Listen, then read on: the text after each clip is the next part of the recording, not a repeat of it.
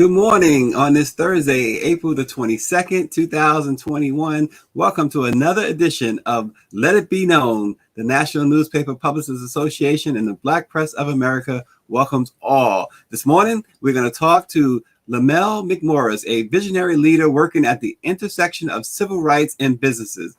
He is also on the boards of the National Action Network, the National Urban League, and the Rainbow Push Coalition. So we're going to talk to Mr. McMorris this morning. But first, of course, let's bring on our president and CEO, Dr. Ben Chavis. Good morning, Dr. Chavis. Good morning, Brother Stacy. And on behalf of the National Newspaper Publishers Association, Karen Carter Richards, our distinguished chair, publisher of the Houston Forward Times, and all of our 230 African-American-owned newspapers across the country and media companies across the United States, we welcome everybody on this Thursday, April 22nd, 2021. Absolutely. And the headlines this morning, Dr. Chavis, the Justice Department has launched a federal civil investigation into policing practices in Minneapolis following the death of George Floyd and the conviction of ex-cop Derek Chauvin. Attorney General Merrick Garland said that the challenges we face are deeply woven into our history. They did not arise today or last year. Building trust between community and law enforcement will take time and effort by all of us. The broad federal civil investigation will be to determine whether the Minneapolis Police Department has a pattern or practice of unconstitutional or unlawful policing. So a lot's going on there after the verdicts of Derek Chauvin, Dr. Chavis.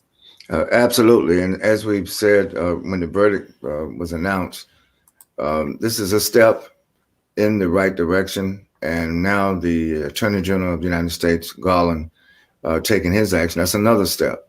But I would say to all the police departments in America, I think the federal government should have sanction, have review on all of these departments. We have to get in a proactive position. It's one thing to react after a racially motivated murder has taken place, but we need to get in a position to stop it from happening in the first place. And so I'm hoping that what will be done in Minnesota, the same thing was done in Baltimore and Maryland. I think that all police departments ought to be served notice by the federal government that we're going to have to rid these police departments of systemic racism. We have to rid the court system of systemic racism, the correctional system of systemic racism, the prosecutorial offices. We've got to rid them of. So it's a systemic problem. But I think these steps are in the right direction at the right time. And on behalf of Black America, we're going to be vigilant. We're going to continue to raise our voices. Black lives continues to matter, and we're not going to relent. We're going to push forward to every person, every child, every man, every woman in America, no matter what your race, ought to be treated fairly and respectfully by law enforcement. Yeah, and Dr. Chavis, I know you are in constant contact with a lot of different officials, including the Congressional Black Caucus, and we know that the George Floyd and Policing Act passed the House. There's a lot of discussion going on now in the Senate. Tim Scott, the Republican out of South Carolina, is pushing his own version of that George Floyd Policing Act. Dr. Chavis, talk about the importance of getting that done. The George Floyd Justice and Policing Act is a fundamental, highly necessary legislative bill that needs to pass. It's already passed the House. Now it needs to pass the Senate. And I'm hoping that as President Biden and Vice President Harris said yesterday, they're going to also push, the White House is pushing expeditious passing of this bill. It's critical. And I think a lot of the African Americans I know who are chiefs of police in many of these cities also support the George Floyd Justice and Policing Act. So I believe that the Congressional Black Caucus is going to weigh in. We mentioned to them yesterday, and I know that our distinguished guest this morning is works very closely with the CBC, as well as other our civil rights organizations, the Urban League, as well as the National Action Network and Rainbow Push. I've known Brother McMorris many years, and so grateful that he's going to be with us this morning.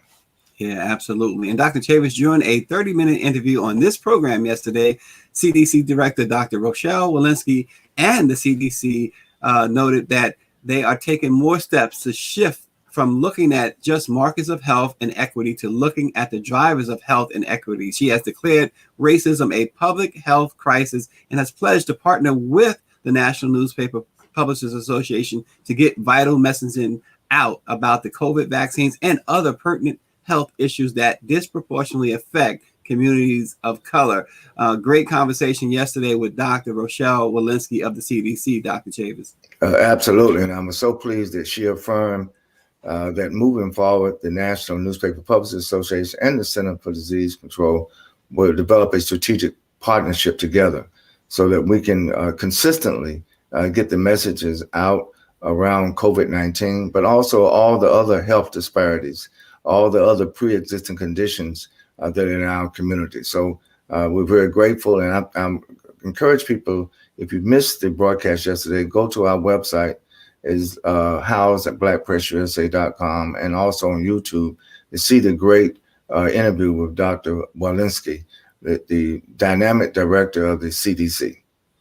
Yeah, and I appreciate the fact, Dr. Chavis, I'm sure you did too, that she was very direct, very straightforward. She did not hold back her desire to work with the Black press. She talked about the importance of getting this vital message out because there's so much misinformation and even disinformation about the vaccines, and not just about the vaccines and not just about COVID, but about just about every other health disparity that we can think of.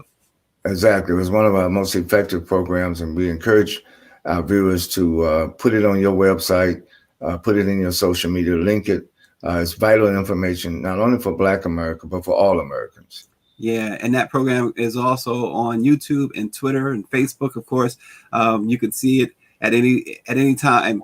We welcome you to do that. We encourage you to do that because, again, such vital information. She even talked about the vaccine as far as pregnant women are concerned, as well as the trials that had over 100,000 people participate. So there's a reason for the confidence that the administration has in the vaccines. Absolutely. And we're going to have her to speak at our convention, which will be June 23rd through June 26th. It's going to be our virtual NNPA National Convention. And Dr. Walensky and many, many others, Dr. Wilson from the Children's Defense Fund, will have the Count Basie Orchestra performing at the NNPA National Convention, and many, many other, not only celebrities, but influencers and people who are making a difference. Members of the CBC, George Beatty, the distinguished chair of the Congressional Black Caucus, will also be with us at our national convention.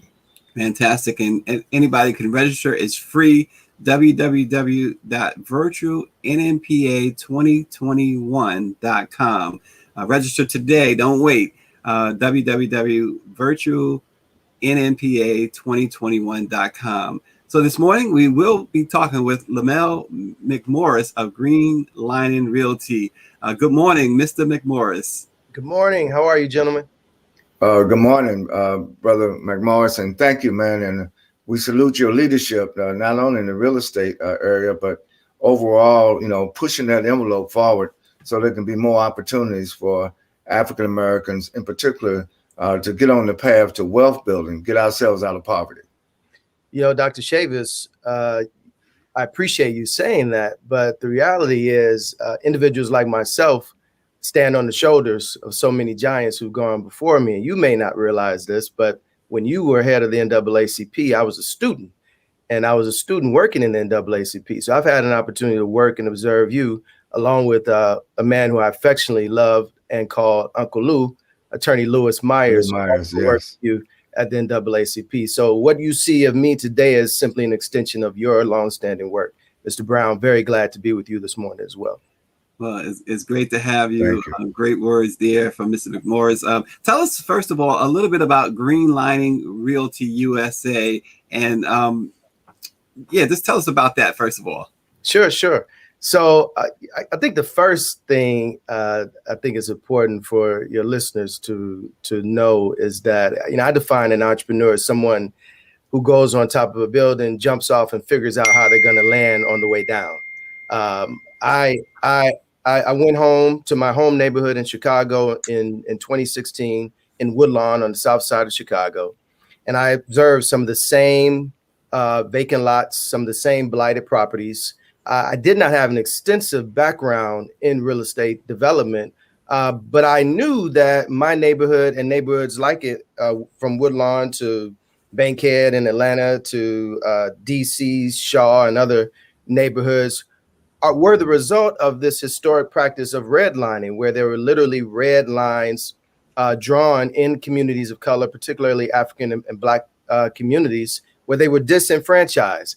And so I just decided that I would jump in with no extensive background in real estate. And I wanted to make it very clear that I was going right at this historic practice. And I named the company Greenlining, Greenlining Realty USA. And we are simply trying to reverse where red lines were drawn. We're drawing green lines. We're putting new homes on vacant lots and rehabbing blighted properties, working along childhood friends like Sean Harden, who worked in the city of Chicago, working with national organizations like like NCRC and their program Growth, which is design, and working with neighborhood organizations like the YWCA and Dory McWhorter in my neighborhood to try to revitalize that neighborhood and catalyze development. Yeah, and you mentioned your neighborhood there out in the Windy City area. Yes. So much goes on there, Lamell. We know that the crime rate is high. Tell us, paint the picture for us how difficult it might be for you to make progress over there. We know that policing is not ideal there as well. We talked about the George Floyd Policing Act, but we know policing over there is not ideal as well. Yeah, I think, you can't separate Chicago from, Minnesota, from Atlanta, from Los Angeles, from New York. We're talking about systems that, as Dr. Chavis mentioned earlier, that have been in place and need to be not only changed, but eradicated. And the caution of what we've seen this week is this slight tendency, and then we have to, as those in leadership and policy leaders, we have to be very careful not to spike the ball in the end zone, because we're just beginning. And while we're spiking the ball, they're calling the flea flicker, right? And while we were just acknowledging the progress of the verdict in Minnesota, there was another police shooting. And so legislative remedies, as well as what we're trying to do in my neighborhood in Chicago, that is where disinvestment occurred, spur investment. We realize that when investment occurs in communities, the job infrastructure changes, the healthcare infrastructure changes, the education infrastructure changes. My neighborhood on the south side of Chicago is no different than other neighborhoods. It has the same fabric, the same structure, the same bones. The only difference is investment. And where there is investment, crime goes down, jobs go up, and automatic economic vitality occurs. Yeah, absolutely. Dr. Chavis, I'd like for you to jump in here too. Well, I just want to agree with Brother McMorris, and again, note our colleague who's passed on, the great dynamic attorney Lou Myers. I'm Lou Myers Jr.'s godfather. Yeah, man. And listen, I see you got Harold Washington's picture book right behind you. He was a great champion, one of the greatest mayors. If there's any former mayor that's under recognized as Harold Washington, he turned Chicago into a world-class city before he had that tragic heart attack. But McMorris, Brother McMorris, listen, I think that I'm so glad that you made the connection. The truth of the matter is, what Chicago's going through, what Minneapolis and what Atlanta, all the cities that you mentioned, we have a national problem. Yes, sir. And the disinvestment in our community, that's a national problem. Yes, sir. And I'm hoping that the banks, can you talk about what is the trend now in some of these big banks that have in the past participated in the redlining? Do you see a trend? Are they getting on board with greenlining? Tell us what the trend is happening in terms of investment in the African American community. Yes, I listen. We have a long way to go, Dr. Chavis, in terms of banking law and banking regulation, and frankly, bank emphasis on our communities. We're still seeing a incredible wealth and home ownership gap. We're still seeing a phenomenal gap between loans made in Black communities to Black families for new homes versus the incredible disproportionate number of those made in communities that are predominantly white. However, I do see trends. I do see, I won't name a lot of the banks, but I do see movement. And again, it starts with the legislative process. The Community Reinvestment Act was very important to holding banks accountable, but we must continue to be fervent. We must continue to highlight just what you raised, the fact that banks and other financial institutions have an obligation to promote equity, justice, and fairness in giving practices. And look, investment in our community spurs Black entrepreneurship, Black home ownership, and it closes that wealth gap that you mentioned. And so we cannot stop. We must continue to be fervent in this regard. Yeah, and Lamell, you recently wrote an op-ed that talked about that even took us back to the economic turmoil of the 1930s and how all that ties in today. Kind of brief our viewers on that, please. Yeah, listen, Dr. Chavis made it quite clear earlier. These are systemic and historic housing discrimination. This wealth gap that exists is also a racial justice issue that stems from federal laws, a federal agency that promoted and gave mortgages and lending to white individuals only, and literally drew red lines through communities of color. And actually, we could put those zip codes and draw the red lines, and they still exist today. And there was disinvestment.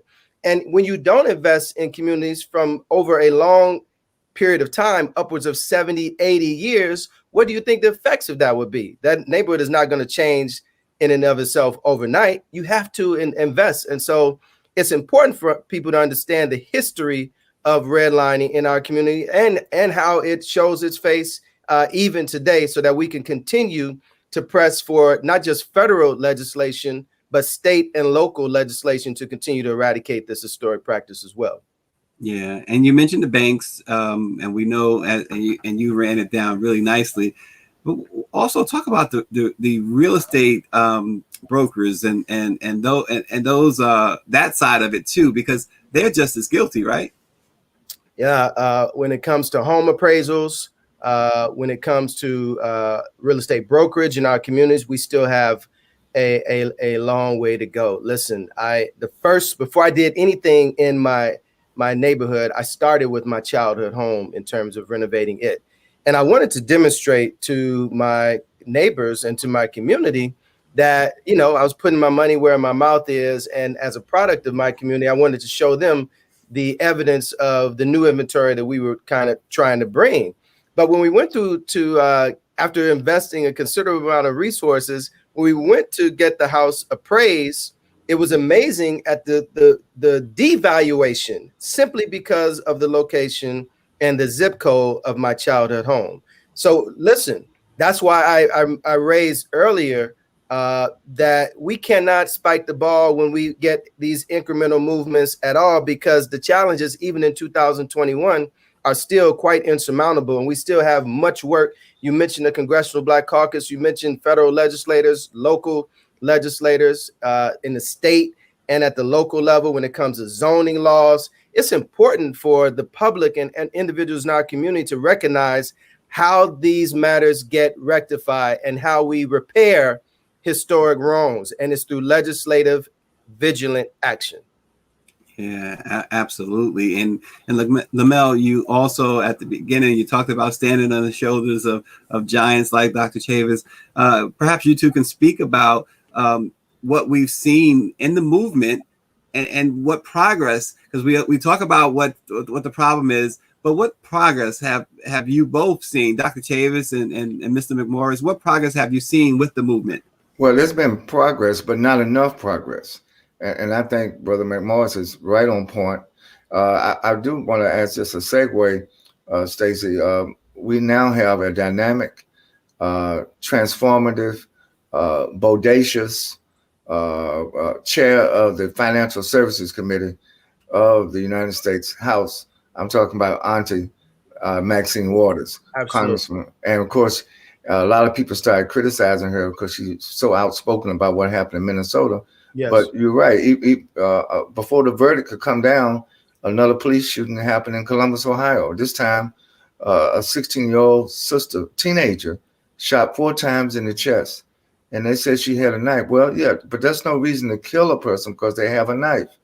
I've seen them disarm white men with machine guns, with AK-47s, and they don't do anything to them. And so this racism has got to stop. But in terms of the financial services, Brother McMorris, how has do you interface with Maxine as the new chair of the Financial Services Committee? It's so important that all these financial institutions be served notice about the issue of redlining. And I'm so it's creative that you come up with this term, greenlining.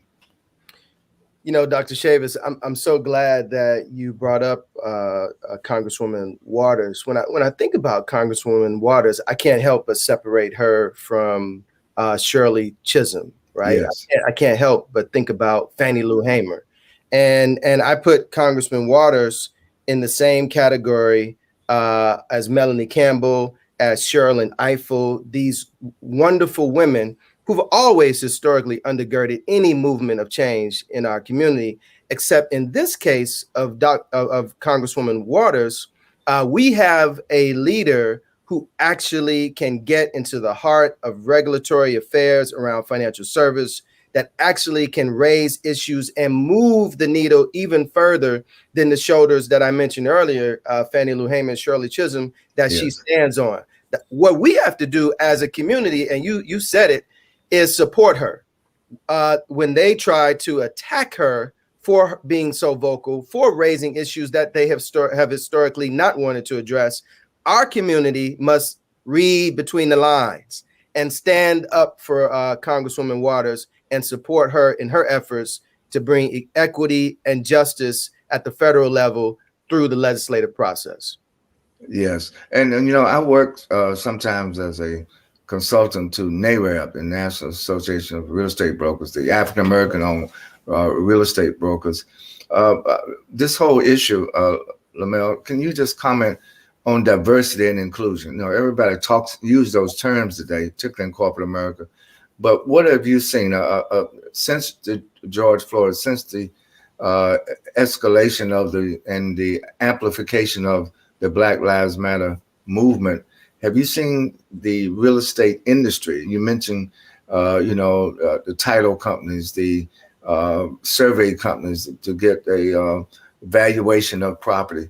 We need African Americans in all of these particular strategic positions. Comment, is the whole industry, I guess that's what I'm asking, the real estate industry as a whole, are you seeing this commitment to diversity and inclusion being realized, or is it still sort of symbolic? Yeah, listen, if you don't mind, Dr. Chavis, I'd like to take it to not just addressing the real estate corporate infrastructure, but let's talk about the corporate America in general as it relates to these issues around diversity and equity. And it's really very simple. Word and deed have to match. No doubt about it. Since last summer, since the tragic killing of George Floyd, we have seen a resurgence, if you will, of corporations willing to step up and give money to historic organizations, historic Black colleges and universities, and address, in some instances, internally, some of the historic built-in systemic inequities that happen in corporate America. But then, word and deed have to match when issues around voter registration and equity around that and other issues arise. The words that were held and said last summer have to match the deeds that occur from how the elected officials they support who are writing these various rules and regulations and laws in these states to how they actually move the needle. And diversity and inclusion is okay, when it is matched with equity. When the word, so if you're saying as a CEO good words, but then I look at your C-suite and all of your executives, and I don't see any black females, any black males, then it's just evidence that we're making steps, but we're nowhere near the promised land. Exactly. Very good point. Thank you. Yeah, Lamell, McMorris, Greenlining, Realty. We really appreciate the information this morning. Dr. Chavis, I'm going to give you your last thoughts, please. Well, listen, we want to continue to work with Brother McMorris. Lamell, give out a website. People, I see a lot of people are chiming in on the social media. How can people get in touch with Greenlining? And what's your recommendation for our viewers? How can they get involved in the equitable transformation of their communities? www.greenliningrealtyusa.com. www.greenliningrealtyusa.com. Listen, please get embedded. One of the ways that we are changing my neighborhood is through the existing infrastructure in Cook County, Illinois, through a land bank. There are programs. There are ways to step up, from whether it's city programs, wherever you are in your locality, or county or even state programs. And we have to educate ourselves, and we have to dig in and just jump in and just start on the block. Literally, as Rick Ross said, we just have to buy back the block. Absolutely. Great word.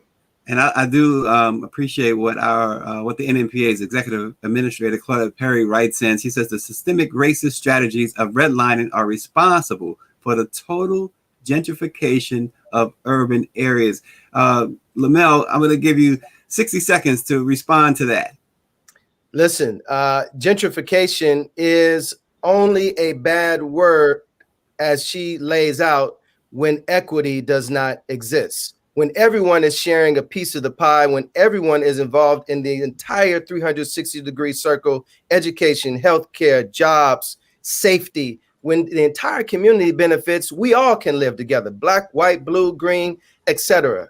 That's what equity truly looks like.